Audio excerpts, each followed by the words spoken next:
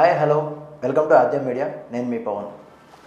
కేసీఆర్ గారు మరి యూటర్న్ తీసుకుంటున్నారా అంటే తెలంగాణ సెంటిమెంటు టీఆర్ఎస్ పార్టీని మర్చిపోయి బీఆర్ఎస్గా మార్చిన తరుణంలో ఇప్పుడు అమరవీరులని మరి కొత్త కోణంలో బ్యాక్ యూటర్న్ చేసుకుంటున్నారా అనే దాని గురించి విశ్లేషణ చేసేకి మనం శ్రవణ్ కుమార్ గారు సీనియర్ జర్నలిస్ట్ ఉన్నారు.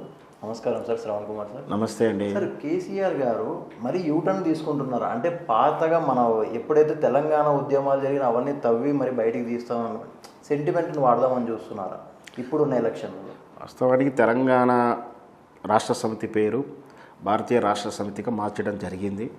దాంతో తెలంగాణ సెంటిమెంట్ని పక్కకు పెట్టినట్టు కానీ తెలంగాణ సెంటిమెంట్ని ఎన్నికల వ్యూహంలో వాడుకోవాల్సిన అవసరం లేని కానీ అంతకన్నా ఎక్కువ దేశ భవిష్యత్తు కానీ దేశ రాజకీయాల్లోకి వెళ్ళాలన్న ఆలోచనతో ఉన్నాడని మనం అప్పట్లో విశ్లేషించుకున్నాం.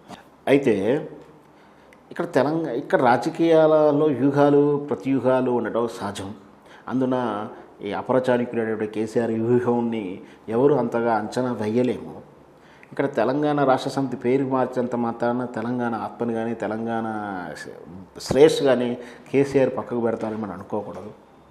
కాకపోతే ఇక్కడ జరుగుతుంది ఈరోజు పరిస్థితుల ప్రకారం ఏంటంటే తను ఒక అమరవీరులకు స్మృతి చిహ్నం ఉంచాలని అంటే ఇక్కడ కొందరు ఏమంటున్నారంటే రాబోయే టర్మ్లో ఒకవేళ కేసీఆర్ రాకపోయినా ఆయన టర్మ్లోనే అమరవీరుల స్తూపం స్థాపన జరగాలి, ఒక చిరస్థాయిగా తన ముద్ర ఉండాలని అనుకోవడం. సరే, తన కృతజ్ఞత, తన ఉద్యమాన్ని తీసుకొచ్చాడు, తన రాష్ట్రాన్ని ఏర్పాటు చేయగలిగాడు. సో అందుకు కలిసినటువంటి ఏదైతే ఉద్యమ పేరు మీద జరిగినటువంటి నిధులు నియామకాలు ఇవైతే ఉన్నాయో దాన్ని సరే ప్రతిపక్షాలు సాధించలేదంటారు, వీళ్ళమ్మ పూర్తి స్థాయిలో సాధించావు చెప్పకున్నంతకన్నా ఎక్కువ చేసామంటున్నాం. సరే, ఎవరైతే చేసినా కూడా 100% చేసినా 150% చేసినా ఎంతో అంత అసంతృప్తివాదులు ఉండడం సహజం. సో ఆ నిధులు నియామకాలు విషయంలో కానీ ఇలాంటి విషయంలో తను ఎంతవరకు తృప్తి చెందాడనేది వేరే అంశం అయినప్పటికీ ఈ అమరవీరుల స్తూపాన్ని తన హయాంలోనే కట్టాలనుకోవడం, దాని దగ్గరటువంటి 100-200 కోట్లు పెట్టి నిర్మాణం జరిగింది. దానికన్నా ముందు అంబేద్కర్ గారి జాతికి అంకితంగా మరి ఏం చేశాడంటే తెలంగాణ రావడానికి అంబేద్కర్ రాసినటువంటి రాజ్యాంగంలో ఉన్నటువంటి సెక్షన్లే చాలా వరకు ఉపయోగపడి అని అంటాం. లేదా సహజంగానే ఏ రాజకీయ పార్టీ అయినా అంబేద్కర్ వాదాన్ని కానీ అంబేద్కర్ ఇజాన్ని కానీ భుజాన్ని ఎత్తుకోవడం సహజం. సో ఇక్కడ కేసీఆర్ గారు సరే తెలంగాణ ఏర్పాటుకు అంబేద్కర్ గారికి రాజ్యాంగం అవసరం వచ్చిందని కానీ లేదా కృతజ్ఞతకు అంబేద్కర్ విగ్రహాన్ని భారీ ఎత్తున ఏర్పాటు చేయడం, దాంతో కొంచెం క్రెడిబిలిటీ వచ్చిందని కూడా చెప్పవచ్చు. సో దాంతోపాటు ఇంకొకటి ఏంటంటే అమరవీరుల స్తూపం. ఈ అమరవీరుల స్తూపాన్ని ఈరోజు ప్రారంభోత్సవం చేసుకుంటున్నారు. సో ఈ తరుణంలోనే తను తెర మీదకి తీసుకొచ్చినటువంటి అంశం ఏంటంటే అమరవీరులు మనకు అమరవీరులను ముఖ్యంగా గుర్తుకొచ్చేది మన ముఖ్యంగా ప్రథమ వ్యక్తి శ్రీకాంతాచారి, ఆ తర్వాత కానిస్టేబుల్ కృష్ణయ్య కానీ ఓయూ యూనివర్సిటీ స్టూడెంట్స్ కానీ ఎంతోమంది చాలామంది, ఒక్కరి కాదు రెండు కాదు, పేపర్కి ఎక్కకున్న సుమారు ఇక్కడ వాస్తవానికి అంటే అమరవీరులు ఎంతమంది అనేది ఒక సంఖ్యకు కొంచెం వివాదాస్పదం ఉంది. ఎట్లంటే 1400 మంది అమరవీరులు అని చెప్పి ఎన్నికల్లో ఉద్యమ సమయంలో చెప్పినటువంటి వాక్యం అయినప్పటికీ ఇక్కడ మనం ప్రామాణికంగా ఏదైనా చేయాలన్నప్పుడు ఎఫ్ఐఆర్లో నమోదు చేసినటువంటి అంటే ఇక పేపర్లో నమోదైంది ప్రామాణికంగా తీసుకోరు. ఎఫ్ఐఆర్ పోలీస్ కేసులో నమోదైన విధానం ప్రామాణికంగా తీసుకోవడం. సో అలా తీసుకున్న కొంచెం తక్కువ ఉన్నప్పటికీ కేసీఆర్ యొక్క కనసంచుల్లో సుమారు 615 మందికి ఏబో అమరవీరులకు కుటుంబాలకు ఆర్థిక సహాయం చేయడం.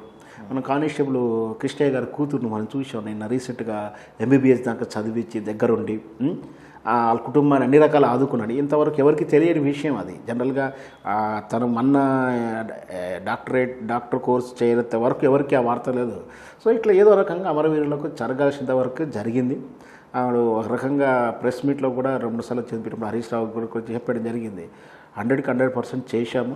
ఒకవేళ 1-2 మా పొరపాట్లు ఏమైనా మిస్ అయ్యి ఎవరైనా 1-2 ఉన్నా మీరేమన్నా అప్లికేషన్ పెట్టినా మీరు సజెస్ట్ చేసినా మేము ఒకవేళ నిజంగా ఉంటే అమరవీరులకు మేము చేయాల్సినంత కూడా చేస్తాము. అమరవీరులకు ఏ విధంగా కూడా రాజీ పడము అని చెప్పి అంటే కేసీఆర్ చెప్పకుండా హరీష్ రావు చెప్పినా కేటీ రామారావు చెప్పినా వాళ్ళ స్టాండర్డ్ చెప్పాడు.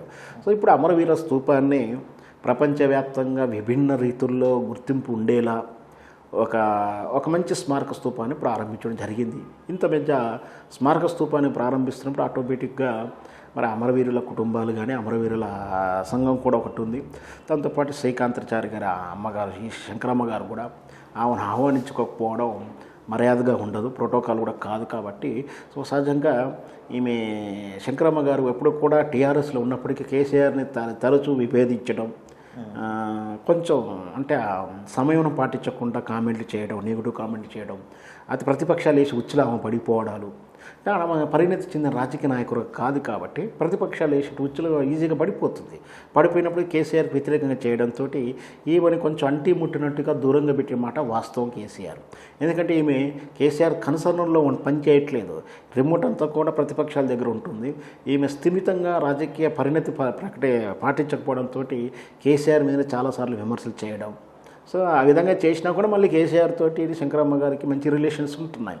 అంటే అంటే టీఆర్ఎస్ పార్టీలు ఉంటున్నప్పటికీ రాజకీయంగా కొంచెం తగిన స్థానం దక్కలేదని చెప్పి ప్రతిపక్షాలు ఎప్పుడు విమర్శిస్తున్న తరుణంలో ఆమెకు కేసీఆర్ గారు అంతరంగులు కానీ అంతర్గత సభ్యుల సమావేశంలో చెప్పేది ఏంటంటే శంకరమ్మ గారికి రాజకీయ పరిణతి లేకపోవడం, రాజకీయ అనుభవం లేకపోవడం, పైగా ఆర్థిక వనరులు కూడా లేకపోవడం, ఆమె రాజకీయంగా పోటీ చేస్తే గెలవమని చాలాసార్లు కూడా చెప్పినప్పుడు కూడా తను ఖచ్చితంగా పలానా టికెటే కావాలని గట్టి పట్టుపట్టడం, తాము పోటీ చేస్తానడం, ఇలాంటి కారణాలతోటి ఆమె ఓడిపోవడం కూడా జరిగింది. సో అది కూడా మళ్ళీ కాంగ్రెస్ ఉత్తమ్ కుమార్ రెడ్డి మీద కూడా ఓడిపోయడం జరిగింది. సో ఏదైతేనేమి కొంచెం శంకరమ్మ గారికి తగిన స్థానం ఇవ్వలేదని ప్రతిపక్షాలకు ఇస్తున్న తరుణంలో ఇప్పుడు కేసీఆర్ గారు ఏం చేశారంటే శంకరమ్మకి ఎమ్మెల్సీ గవర్నర్ కోటాలు మనకు తెలుసు, కౌశిక్ రెడ్డి గారి గవర్నర్ కోటాలు ఇస్తే గవర్నర్ రిజెక్ట్ చేసిన విషయం మనకు అందరికీ గుర్తు ఉండి ఉంటుంది. సో ఆ కోటాలు ఎమ్మెల్సీకి ఇస్తూ శంకరమ్మ గారిని కొంచెం చేసినట్టుగా వార్తలు వస్తున్నాయి. బహుశా అది కాక జరిగి ఉంటే అమరవీరులకు గౌరవించతో పాటు ఈశ్వరమ్మకి న్యాయం జరిగితే కూడా ప్రతిపక్షాలు నోరు మూయించినట్టుగా అవుతుంది. సరే కేసీఆర్ గారు ఇలా చేయడం వలన కేవలం మళ్ళీ తెలంగాణ సెంటిమెంట్ రగిలిచ్చారనే ఉద్దేశం కాదు, తెలంగాణ సెంటిమెంట్ని వాడుకోవాలని కాదు. సో తన బాధ్యతను నిర్వర్తిస్తున్నట్టు భాగంగా మనం ఆలోచించాలి. ఎందుకంటే ఇప్పుడు కేసీఆర్ గారు తెలంగాణ రాష్ట్రానికి పరిమితమై లేడు. తన ఆలోచనలు కానీ వ్యూహాలు కానీ బీజేపీ పార్టీ మోడీకి వ్యతిరేకంగా బీజేపీ వ్యూహాలకు రచిస్తూ పేరే భారతీయ రాష్ట్ర సమితిగా పెట్టుకోను. సరే ఆయన ఒక్కసారిగా దేశమంతా విస్తరించాలని ప్లాన్ చేసుకోలేదు. స్టెప్ బై స్టెప్ మన నైబర్హుడ్ స్టేట్స్ తెలుసు, మహారాష్ట్రలో మనం రీసెంట్గా అక్కడ పార్టీ కార్యాలయంగా ఓపెన్ చేయడం కానీ, అలా స్థానిక ఎన్నికల్లో పోటీ చేయడాలు, మొదట ఇక్కడ టీఆర్ఎస్ పార్టీ పెట్టినప్పుడు కూడా తాను స్థానిక ఎన్నికల్లో నుంచి ప్రారంభమైంది. అప్పుడు కూడా సందిగ్ధం, ఉద్యమ పార్టీగా ప్రారంభమై రాజకీయాలకు వెళ్ళాలా లేదా అని చెప్పి తను తన వ్యూహంలో భాగంగా మొదట్లో చెప్పాడు.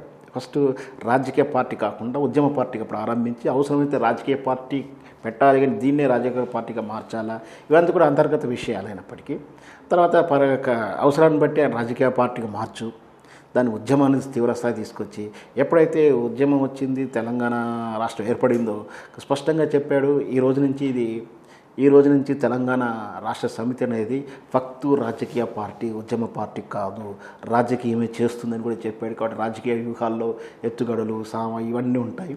సో ఇక్కడ తెలంగాణ సెంటిమెంటు ఉన్నప్పటికీ, ఈ పార్టీ పేరు మారినప్పటికీ కేసీఆర్ తెలంగాణ ఆత్మను మాత్రం ఎప్పుడు వదలడు. సో ఆ వ్యూహంలో భాగంగానే చేసినట్టుగా మనం భావించాలి. Okay sir, okay, thank you sir, thank you so much.